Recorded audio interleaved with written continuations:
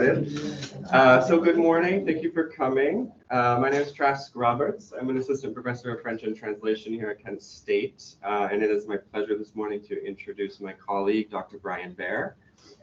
Brian James Baer is professor of Russian and translation at Kent State University. He's the founding editor of the journal Translation and Interpreting Studies and co-editor of the book series Literatures, Cultures, Translation at Bloomsbury and Translation Studies and Translation at Routledge. His publications include the monographs Other Russias, Translation and the Making of a Modern Russian Literature, and Queer Theory and Translation Studies, as well as the collected volumes Beyond the Ivory Tower, Rethinking Translation Pedagogy with Jeffrey Covey, Context, Subtext, and Pretext, Literary Translation in Eastern Europe and Russia, Researching Translation and Interpreting with Claudia Angelelli, Translation in Russian Context with Susanna Witt, Queering Translation, Translating the Clear with Klaus Kandel.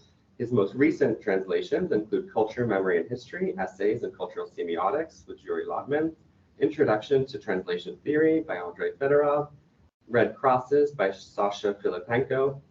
He is member of the advisory board of the Mona Baker Center for Translation Studies in Shanghai, China, and the NIDA Center for Advanced Research on Translation in Rimini, Italy. He is the current president of the American Translation and Interpreting Studies Association, who, by the way, his biannual conference will take place at Rutgers University in April this year. Let's see, the abstract submission is due October 23rd. And Dr. Brian Baer's talk today is titled Out of the Shadows, Tracing the Rhetoric of Indirect Translation. Brian. Thanks, Trask. All right, thank you very much for having me today. So over the last 10 to 15 years, a significant and fast-growing literature has emerged on the phenomenon of the indirect translation, pithily defined by Yves Gombier as the translation of a translation. Just to note, before 2000, there were very few, almost no studies. I'll mention just, this is not responding to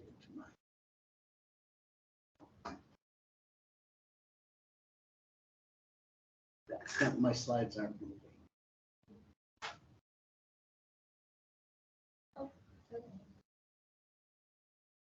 Sorry, my slides were not moving.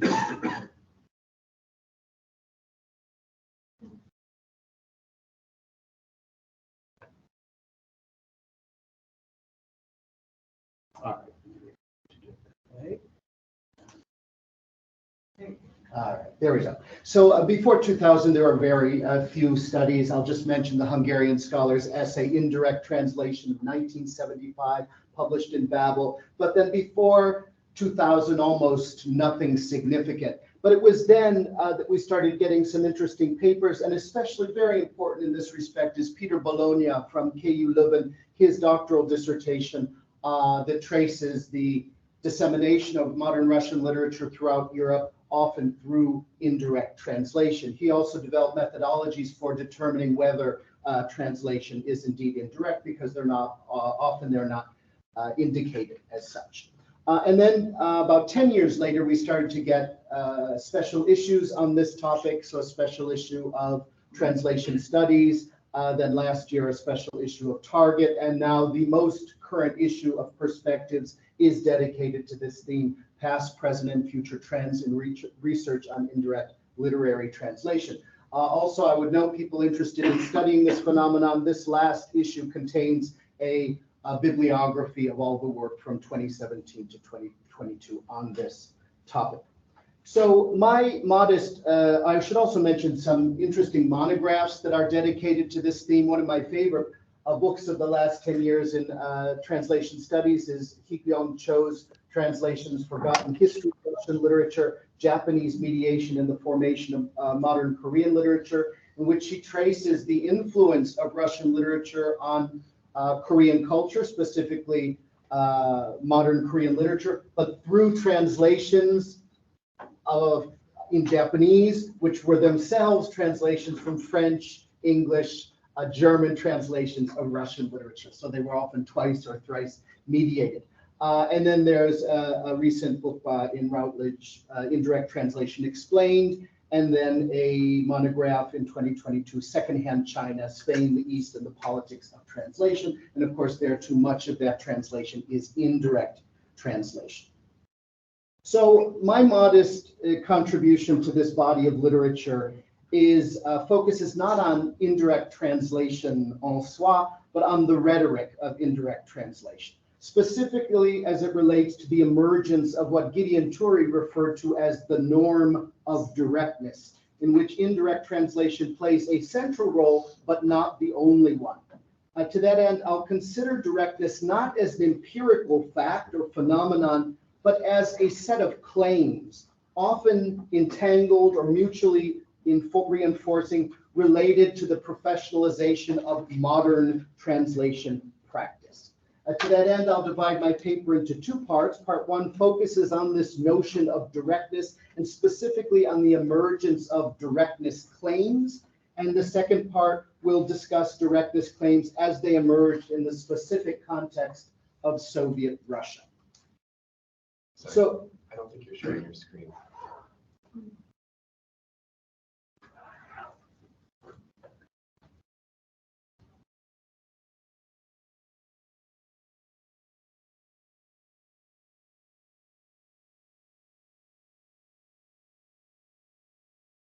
Yep, there you go. I don't see it on I see it on here now. It's not on mine. Oh, now you can. Yeah. Oh, maybe this is it. Nope, and it doesn't move either.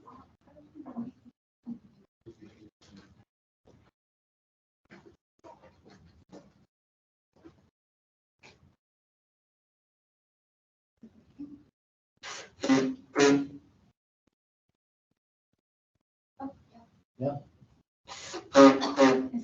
Yep, it's online. Yep. All right. Fine. Mhm. All right. So Armin Paul Frank, one of the scholars of the Göttingen school, referred to translation quite famously as a Schattenkultur, or a shadow culture within modern Europe.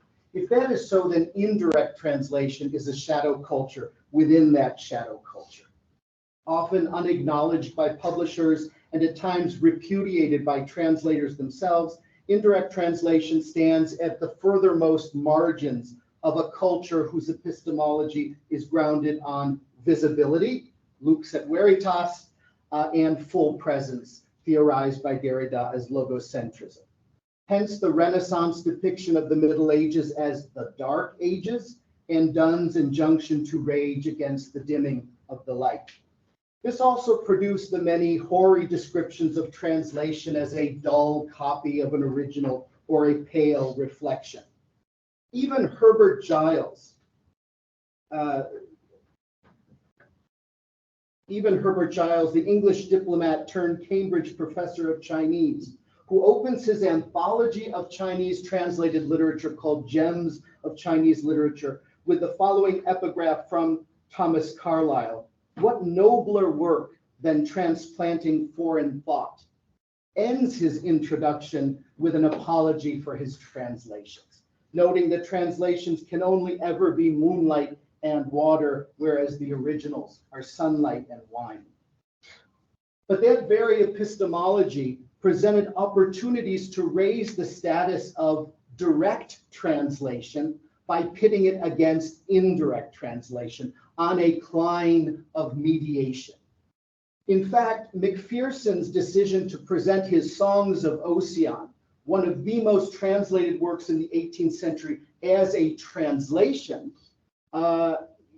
was evidently a claim to greater immediacy than had he correctly labeled them according to the genre classifications of the time as imitations, right? So in other words, there are degrees of directness. So first, directness claims in pre-modern Europe. So if I'm going to make the claim that this is a fairly modern phenomenon, we need to look at how directness claims were made or not made in pre-modern Europe. I recently attended a fascinating talk by Theo Hermans, in which he talked about the translation, often relay or indirect translation of works in the pre-modern Europe. And one of the books he talked about was a 1651 big book on Hinduism by Dutch writer Abraham Rogerius, which was published in Leiden in 1651. The English title, Open Door to the Secrets of Heathendom. At the end of the book, Rogerius notes that it was based on 200 sayings by a Bartrahari, which were originally in Sanskrit that had been translated into Portuguese. So already at the heart of this work is indirect translation. But it gets even more interesting when we see how the work traveled across cultures. So the only indication on the cover of the French translation that this is a translation from Dutch is the word Hollandais, which is placed after the author's name, right? Hollandais in French, Dutchman, right? So that's the only, and of course Erasmus was Dutch, he wrote in Latin, so it's not even a direct claim of direct translation, you could say. The only place where the translator is mentioned, I'm sorry, this is very small, but is in a footnote. So the translator is named Thomas Lagrue, Maître d'Art, etc., etc. What's interesting is that the English translation done from this French translation doesn't modify any of this information. So we see here the translator is Thomas Lagrue, but he was the translator of the French, not of this English translation. So again, they didn't care that much about the directness of the translation, or certainly didn't attend to it very closely. What is interesting is that we can find in the preface a directness claim, but it has to do with the work itself being eyewitness testimony of these practices. So the author had actually gone to India and viewed the practices firsthand. But then the editor here, and again, this is the French editor in the English translation of his words, he says, the Reverend Mr. Abraham Roger, who resided 10 years at Paliacate, where he made exact inquiry into the lives and principles of the Brahmins, among whom he lived, has given us a very valuable relation on that head, he himself being an eyewitness to what he relates. But then he notes that his style of writing actually obscured his eyewitness testimony. So though his manner of writing is harsh and uncouth and encumbered with a great number of useless remarks, I yet hope that the reader will not be unsatisfied with the extracts I have made from him, since I have transcribed the most essential particulars of his work. So it's the author himself who was indirect, who added a lot of superfluous things, and then the editor of the translation who removed those to reveal the essence of the work. In fact, this is a very similar argument to the one made by Tolstoy for his radically abridged and revised translations of the New Testament in the late 19th century. All right, so now let's move forward to a defining moment in the emergence of directness claims, which is the Romantic Age, which of course, as we know, introduced a very stark distinction between original writing and translation, now construed as imitation, right, as a secondary form of writing. This was also a time, of course, when literary works themselves were laying new claims to directness, as reflected in the realm of poetry and the privileging of the personal lyric and elegy over odes and epics, more public genres, and in the realm of prose and the privileging of first-person narratives, ranging from epistolary novels to confessions and memoirs, which promised unmediated or direct access to the internal life or soul of the hero or heroine. Over the course of the 19th century, however, as the emergent field of vernacular literary studies was producing its first histories that typically omitted translations, right? The fact that translations stand often at the origin of many of modern vernacular literary traditions, they're typically omitted from those histories. A parallel translation discourse was emerging, something I've only begun to study recently. There are two very interesting French histories of translation that came out in the second half of the 19th century. And that discourse presented claims to directness in order to define a new modern approach to translation, right? So consider the first English translation of Dmitrii Merezhkovskii's novel Voskresshie bogi, Roman Leonardo da Vinci by Herbert Trench. This is Resurrected Gods, the Romance of Leonardo da Vinci. That first English translation is prefaced with a cluster of directness claims. First, there's the following statement in English. The present story of the Italian Renaissance has been published in Russia as The Resurrection of the Gods, in France under the title The Romance of Leonardo da Vinci.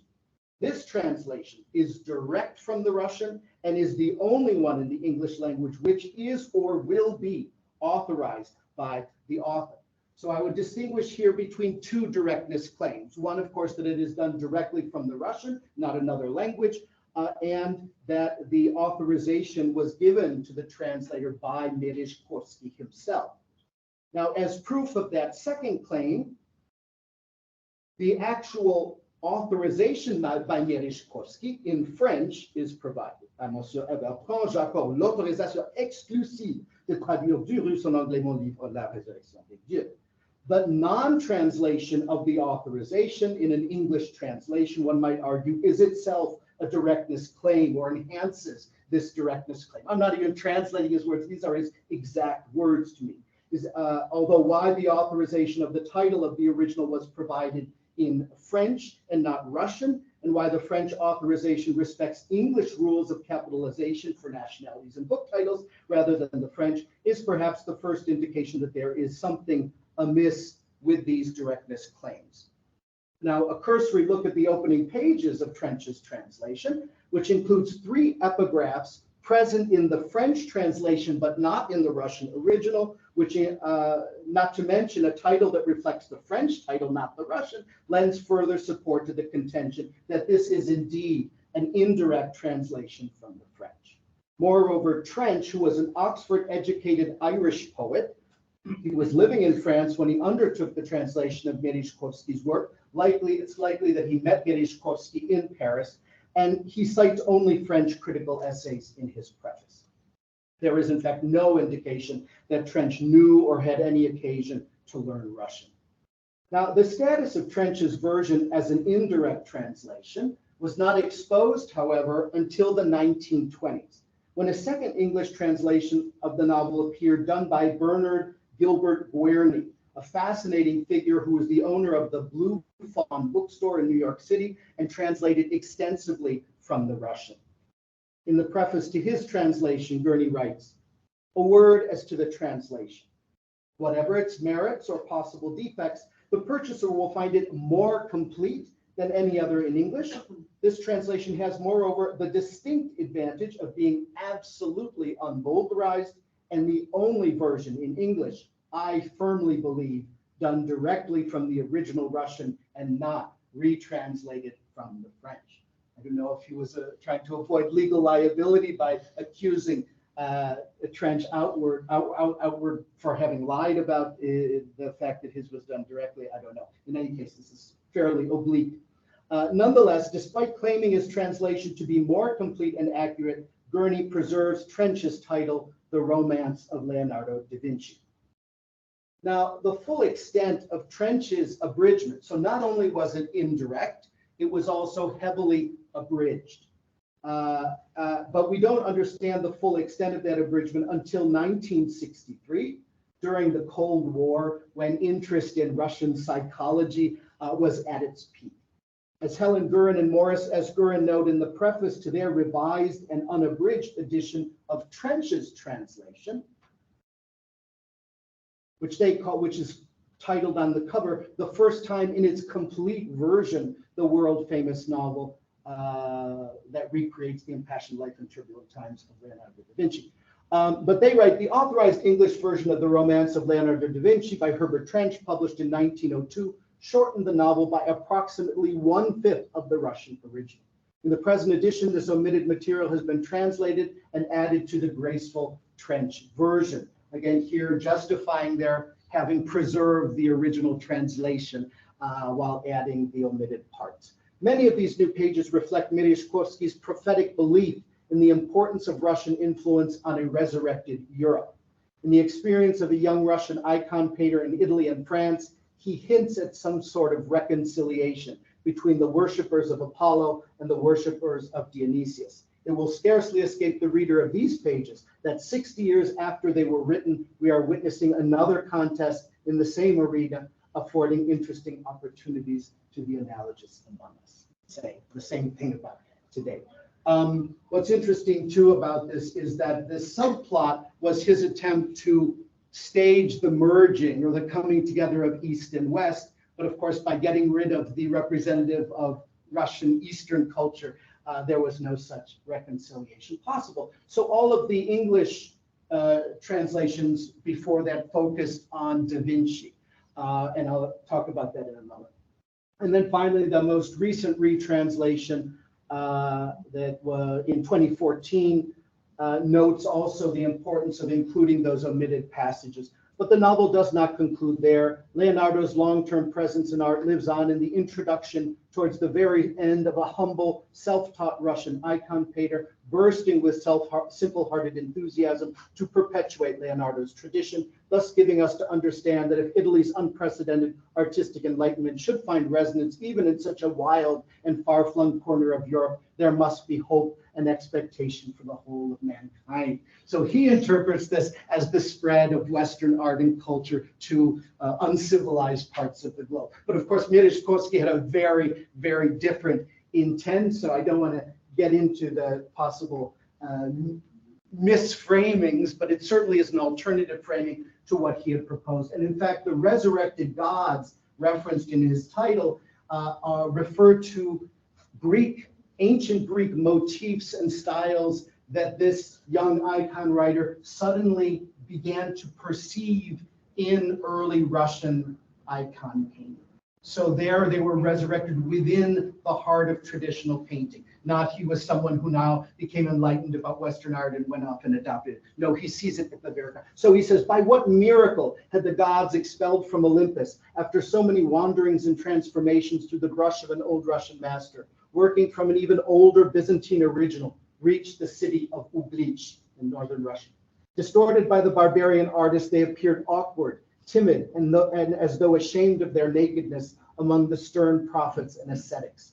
They looked half frozen, rigid from the cold of the Hyperborean night. At the same time, somewhere, in the bend of the elbow, in the turn of the neck, in the curve of the hip, there shimmered the last reflection of an ancient allure. So again, there's a historical irony in Trench's treatment of the novel that eludes Yevtiki's plotline. But this excision actually supported the recasting of virtually all the titles in translation or in English translation, but not just English translation, most of the European translation, which fronted Da Vinci, the artist, reflecting the Western fascination with the Italian Renaissance in general and with Da Vinci in particular at this moment in the early 20th century. There was, in fact, a boom in Da Vinci scholarship in the fin de siècle and the first 2 decades of the 20th century, which included, of course, Sigmund Freud's 1910 psychobiography of the artist. Freud, moreover, cites the German translation of Merezhkovskий's Merezhkovskий's novel several times in his biography to support his contention that Da Vinci was a latent homosexual. So I experienced, or I should say, I and my co-translator, Ellen Bader, experienced firsthand the complexity of directness claims when we were commissioned to translate the Gulag memoir of the Georgian dissident Levan Berzenishvili from a Russian translation. As we neared the end of the project, the publisher sent us the proofs of the Italian translation, which had been done directly from the Georgian by a specialist in Georgian language and literature.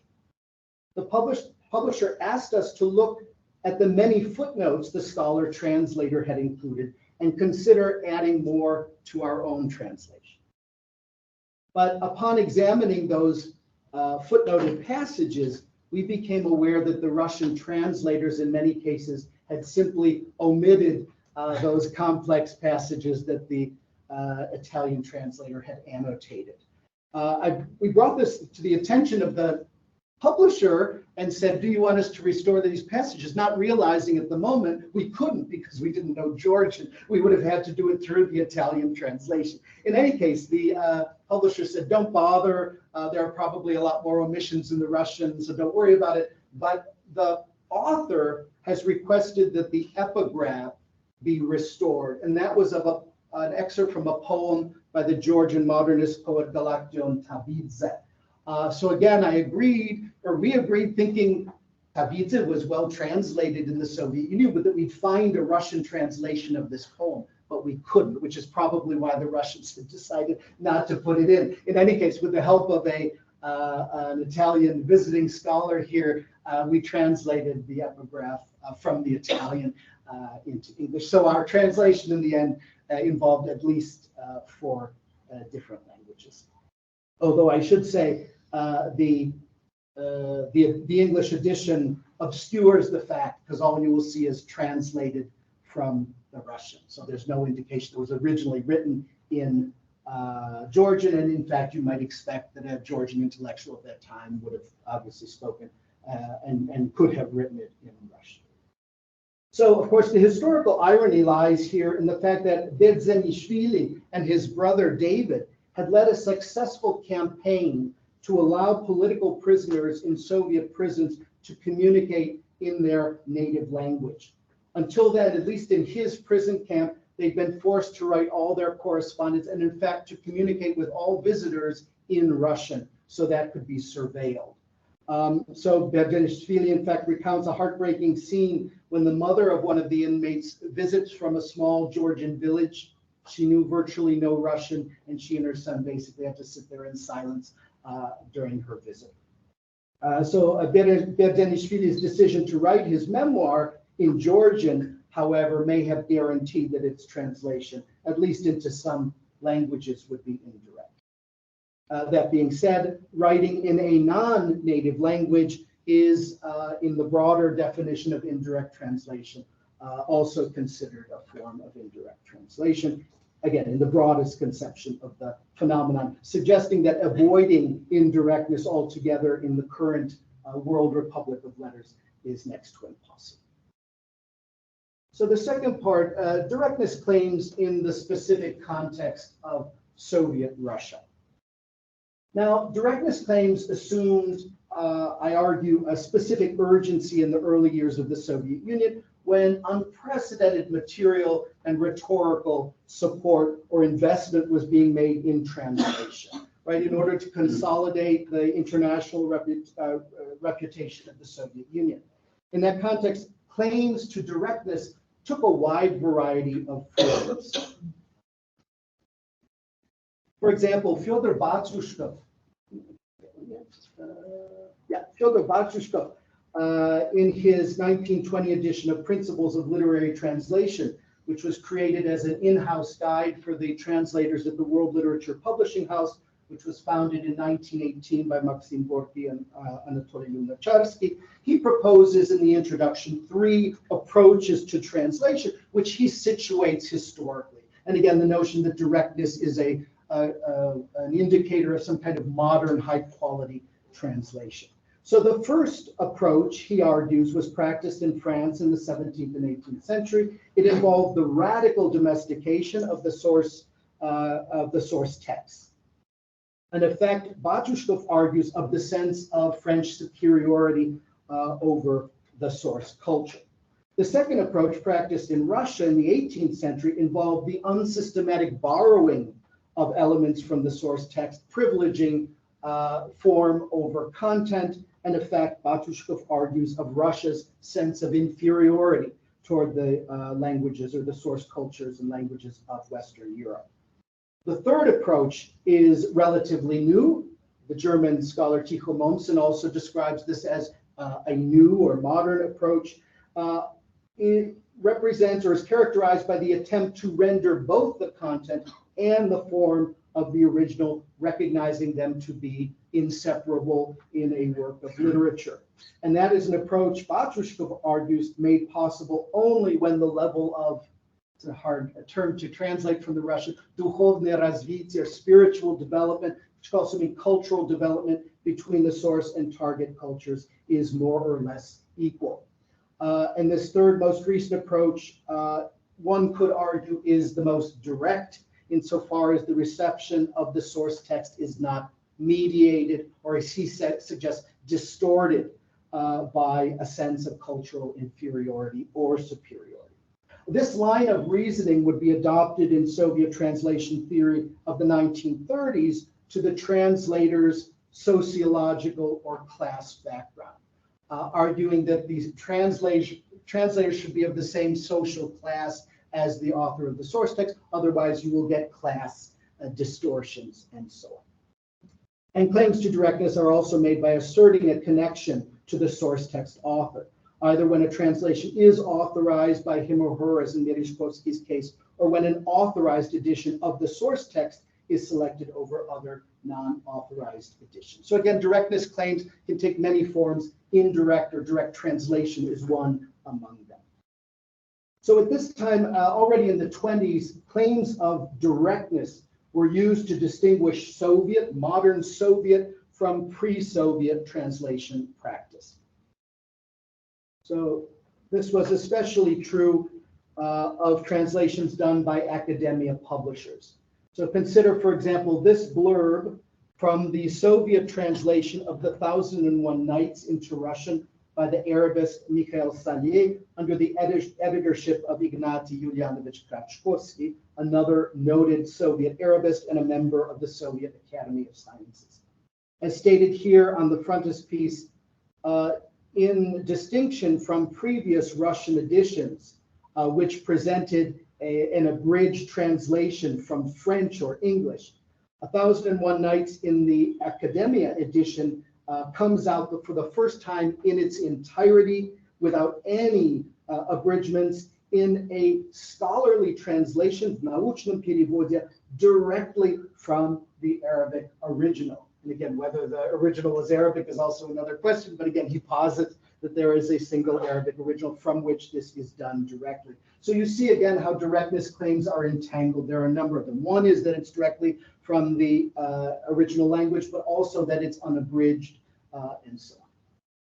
So things begin to change, however, as increasing attention in the early 30s was being paid to intra-Union translation. That is, translation among the various republics of the Soviet Union. This became an urgent question when they wanted to turn away from the so-called kowtowing to the West, but also to serve the needs of translating all of the fundamental works of Marx and Lenin into all of the languages of the Soviet Union. And this was a key component to the policy that would later be named Druzhba Naroda, or the friendship of peoples. And at the time, the USSR was often referred to as a mnogonationalna strana, a many-nationed country. So in the early 1930s, Gorky expressed the desire that all the literatures of all the peoples of the Soviet Union would be translated into all the other literatures of the Soviet Union. This utopian wish, however, soon confronted the reality that there were simply not enough trained cadres of translators in the various republics to carry out the task, at least not on the scale that he imagined. That fact, coupled with the increasing chauvinism of the Soviet state, would lead Alexander Fadeev 2 decades later to state that it was through translation into Russian that works from the republics entered what he called Fond Sovietской kultury, the fund or the reservoir of Soviet culture, right? So he is authorizing now the indirect translation of these literatures through Russian into the other. In fact, very interesting work is being done on this. Note the work of Philip Hofenetter from the University of Graz, who showed that the East German editions of the complete works of Marx and Engels, obviously they weren't translations, they were already in English, but they followed the structure, the editing, and the annotations of the Soviet edition. So moreover, these works were typically translated indirectly through the use of what we call in Russian podstrochniki, or interlinear trots. So that's very literal translations, which are often done below the lines of the original. Now, while celebrated by some in the 1930s as an advancement, testifying to what Tarlovsky referred to as the victory of Lenin's and Stalin's nationality policy, in late Soviet culture, basically defined as from 1950 on, the practice of translating from interlinear trots was was increasingly criticized as mediated and inauthentic. As Susan Witt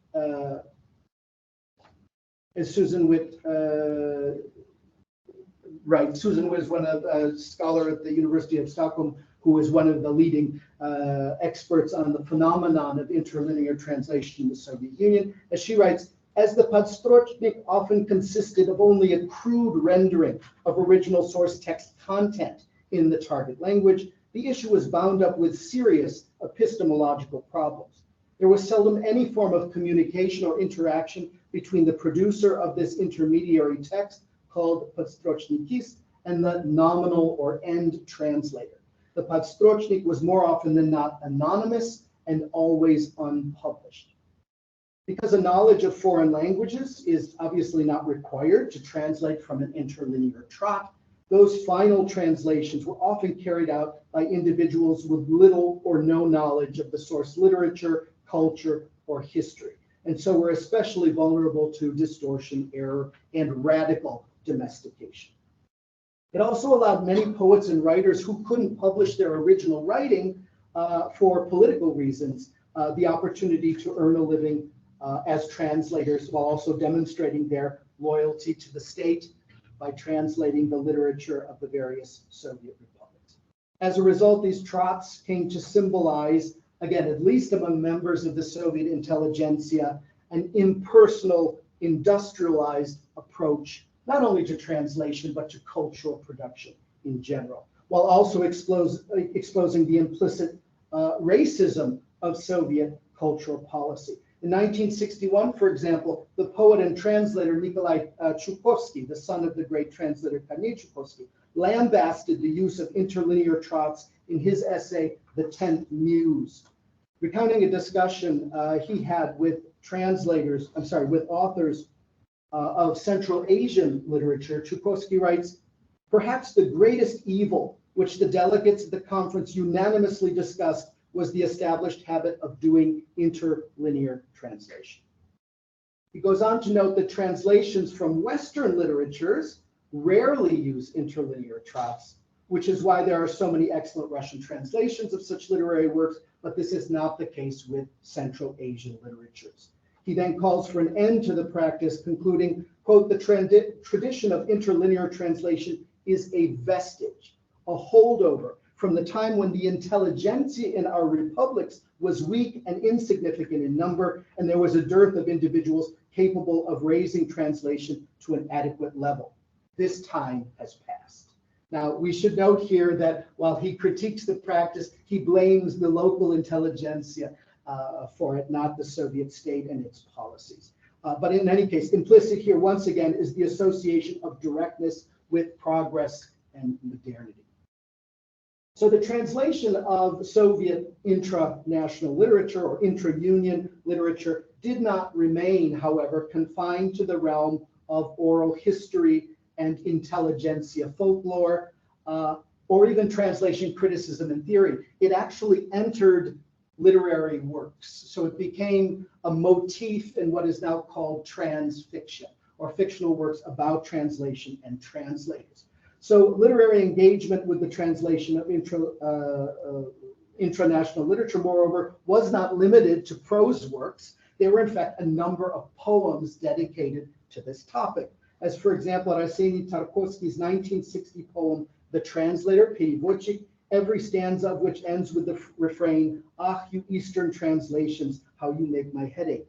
Or Boris Slutsky's 1961 poem, I Translate from Mongolian and Polish, which contains a direct reference to the interlinear trots. Quote, and you, heralds of perverse ideas, phrasemen and liars of any land, please don't shove at me your interlinear cribs, for you won't be translated. The treatment of international translation in works of late Soviet prose fiction, however, tends to be far more nuanced, insofar as they are imploded, often within complex moral and ethical landscapes, organized around such concepts as individual agency and cultural authenticity. In fact, there are 3 works of late Soviet transfiction in which interlinear translation plays a constitutive thematic role. Gennady Trifonov's novella Taking Stock of 1970, Felix Rosner's A Certain Finkelmeer, and Simeon Liebkin's Dekada.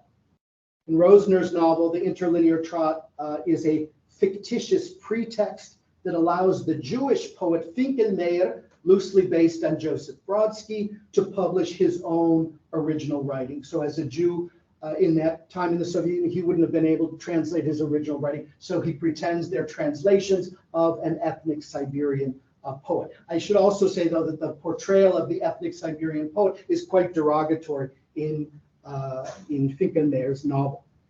And in Trifonov's Taking Stock, the fact that he translates from interlinear trots and is okay with that suggests his complete resignation to the realities of Soviet culture production. He takes no interest in the source cultures from which he is translating, and this, again, deals with his sense of a lack of agency and authenticity. The real standout here is Simeon Liebkin's novel Dekada, which presents very different modes of engagement with the practice of interlinear translation. So he publishes this novel Dekada, which is accompanied by a short autobiography at the beginning where he talks about his career translating the poetry of the various Soviet republics, mostly from Central Asia.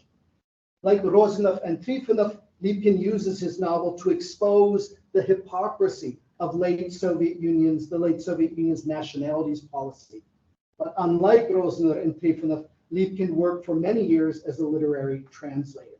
He was hired by Georgy Shengeli when it became impossible for him to publish his own original writings in the 1930s. But while compelled to translate, Liebkin did not accept the interlinear trot as limiting his engagement with nationalities literature.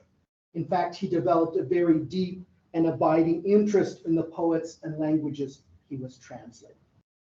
As he writes in the autobiographical preface, "At first, we looked at our work as a source of income, but then we took a serious interest in it. We began to study the history of the peoples from whose languages we were translating, their way of life, customs, religious beliefs, their grammar and syntax, and the foundations of their versification. We worked hard and lovingly, feeling a sense of responsibility for their developing national self-consciousness. We met and became friends with the poets, scholars, and experts of their East." He discusses elsewhere how the assignment to translate a Kalmyk epic opened up a new world to him, which he then began very actively to explore. "I didn't know the Kalmyk language. I had only a vague idea of Kalmyk history and customs. In the face of such ignorance, it was impossible to limit myself to an interlinear trot. I began to study the work of historians and travelers, Palmov, Brum, Drizhmaila, Ikanfin, Bichun, Paulus, and others. I acquainted myself with Vladimir Stov's comparative grammar of the written Mongol language, and so on." So for Liebkin and his fictional translator Stanislav Badorsky, intranational literature with or without interlinear trots can be transformed through personal will from a soulless, state-imposed activity into a profound and sincere means of engagement with non-Russian and Soviet authors and their works. Now, like Liebkin himself, Badorsky establishes genuine relationships with the Central Asian and Caucasian writers he translates, relationships that are built on mutual respect and admiration. In this way, Liebkin and Baradisky appear to embody Batushkov's third way, while underscoring that the spiritual equality between the source and target cultures is not necessarily a historical given imposed on the translator, but may reside in the attitude of the translator.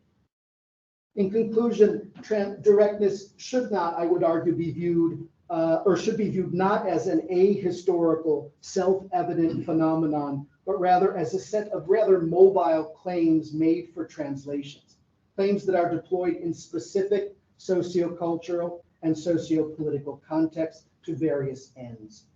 As such, those claims cannot be easily disentangled from the broader valuation of concepts such as sincerity and authenticity and their association with modernity and progress, not to mention, in this case, diversity, equity, and inclusion. While the ubiquity of interlinear translation made it a subject of discussion and debate since the 1970s, a similar interest in Western translation studies has emerged, as I suggested in my opening, only recently. And so I'd like to end my talk by citing a conspicuous mention of indirect translation that appears in the recently published 2023 Manifesto for Literary Translation by PEN America. So not only has indirect translation come to the attention of researchers, but also to practitioners as well. And here, relay or indirect translation is referred to as bridge translation. Quote, translators, writers, and publishers have a responsibility to consider the implications of using a bridge translation, a practice in which a quote-unquote literal translation is prepared by a source language expert and generally polished by a writer or translator with little or no knowledge of the source language. We need to interrogate the notions of difference between literary and bridge translators, which are often predicated on problematic and harmful ideas of literariness and language expertise that are inexplicable from race, since bridge translations occur more frequently from translations from non-white majority cultures, where the source language expert is treated as a native informant who cannot master English themselves. We understand bridge translations to be co-translations, which should be credited as such. So Leon Lipkin's Varodsky had done just that decades before. As Lipkin writes, Daniel Parvizov was beaming. Stanislav had mentioned him as the author of the interlinear trot in his short note from the translator. The names of the two friends appeared simultaneously and for the first time.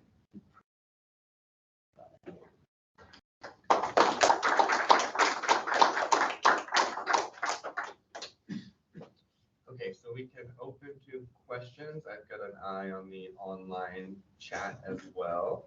So if anyone would like to start.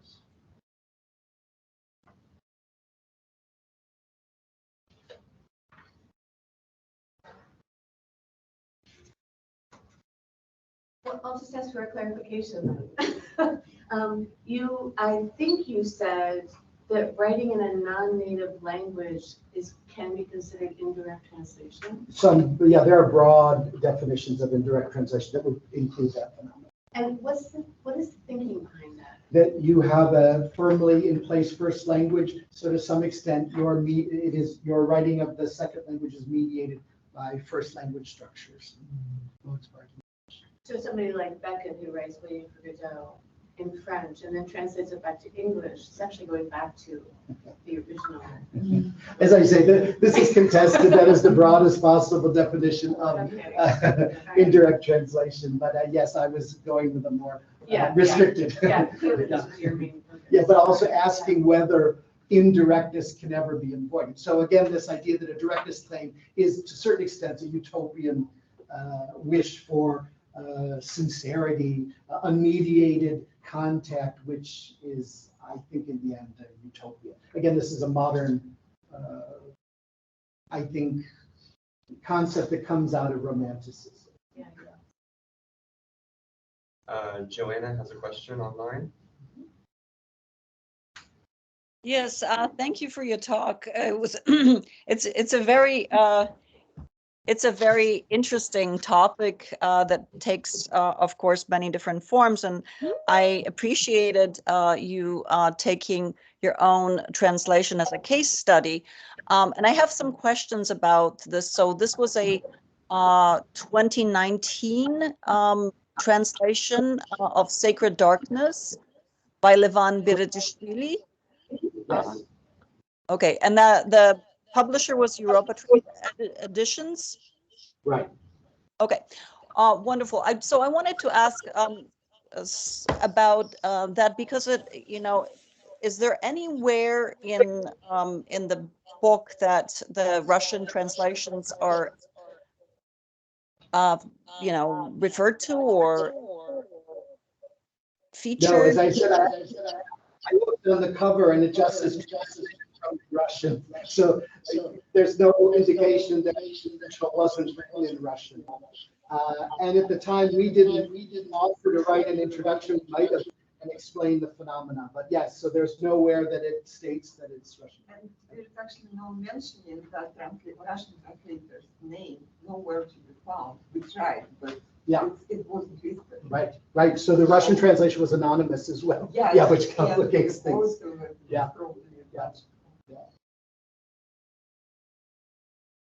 So relatedly, as it's sometimes impossible to know if it's a relay or a bridge or an indirect translation, do we have any sort of idea of the statistics, either historically or in contemporary culture, of what percentage of translations are in fact indirect translations?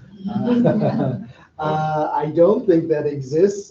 Again, if we think about it, so I'm looking at Peter Bologna's work about the translation of Russian literature into most, what we might call literatures of lesser, or languages of lesser diffusion, but not even that. Into Italian, they were done from the French. Into Spanish, the early translations were done from the French. So statistically, you can imagine if most of the European translations of Russian literature were done through French, German, and English translations, that statistically they could outnumber direct translations. But then what do you do with a phenomenon like Korean translations, which were being done by Japanese translations of English, French, or German translations of Russian literature? So do you count them as 3 or something? So yeah, it becomes very common. But I would imagine statistically, and this is true throughout East Asia until fairly recently, that most Russian literature was relay translated. So again, statistically, I think we could venture to say that they probably outnumber direct.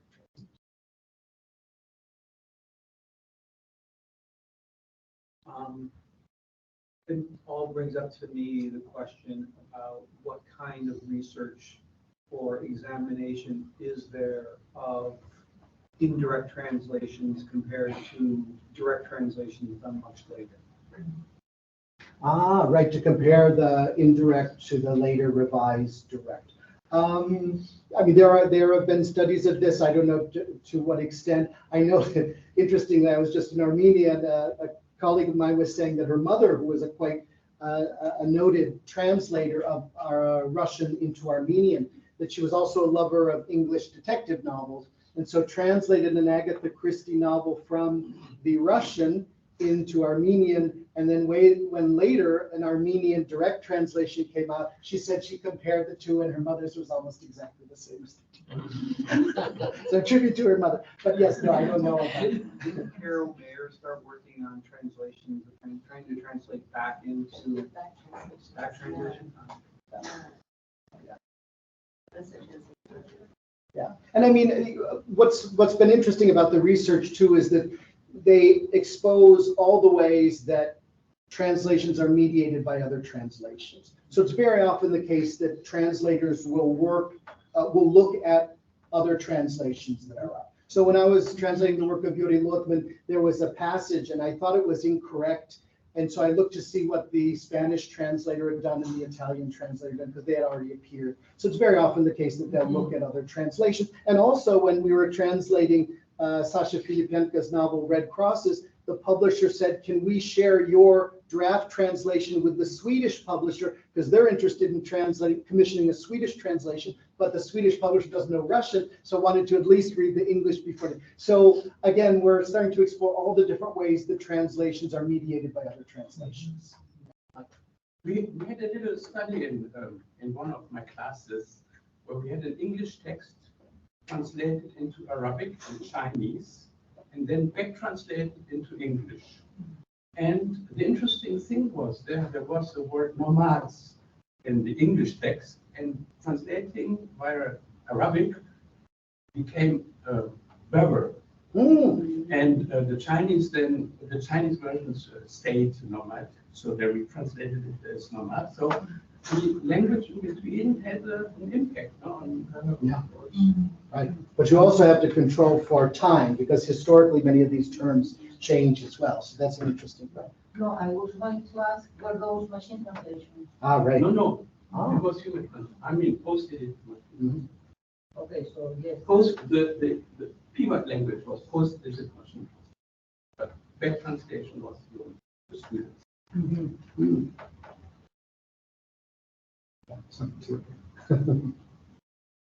Can you repeat what you meant when you talked about intermediary tropes? Right, so that's a form of indirect translation where a native speaker of the source language creates a basically verbatim translation, and then the end or nominal translator comes in who doesn't know any of the source language, may not know anything about the culture, is commissioned to do it. So some translators hated this practice. Anna Akhmatova famously said, translating is like eating your young, because she was given Korean poetry and interlinear tropes to translate. She didn't know any Korean, but other translators like Pasternak, when they were commissioned to do translations of Georgian poetry, they formed deep friendships with the Georgian poets, and it became a very productive enterprise. But so anyway, I was very intrigued when it entered transfiction as kind of a literary motif to represent kind of the worst of Stalinist cultural bureaucracy. I'm just fascinated by this kind of requirement that the translators had to be of the same class as the authors. So, and I'm wondering if there were any exceptions to that, and also if there were other identity categories where that that also kind of upheld that, like gender or something like that, or religion. So this was more rhetoric than practice, and so it was actually, it arose during the what has been called Russia's Cultural Revolution at the end of the 1920s, when you saw the emergence of the term enemy of the people, and so it was really charged.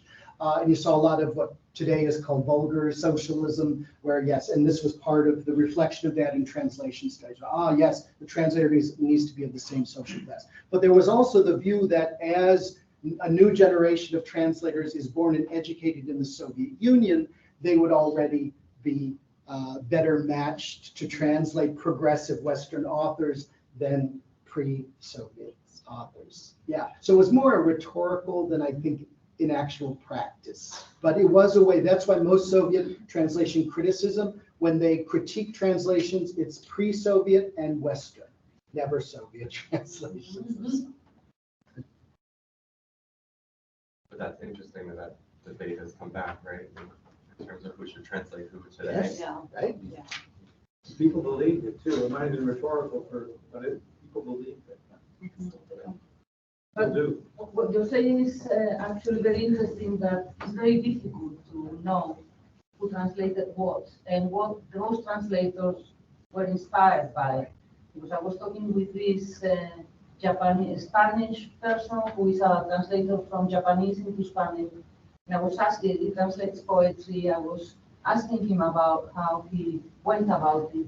And he said that at times he will look at the English version. Yeah, sure. So Yeah. how can I, it's direct translation, but it's influenced by Right.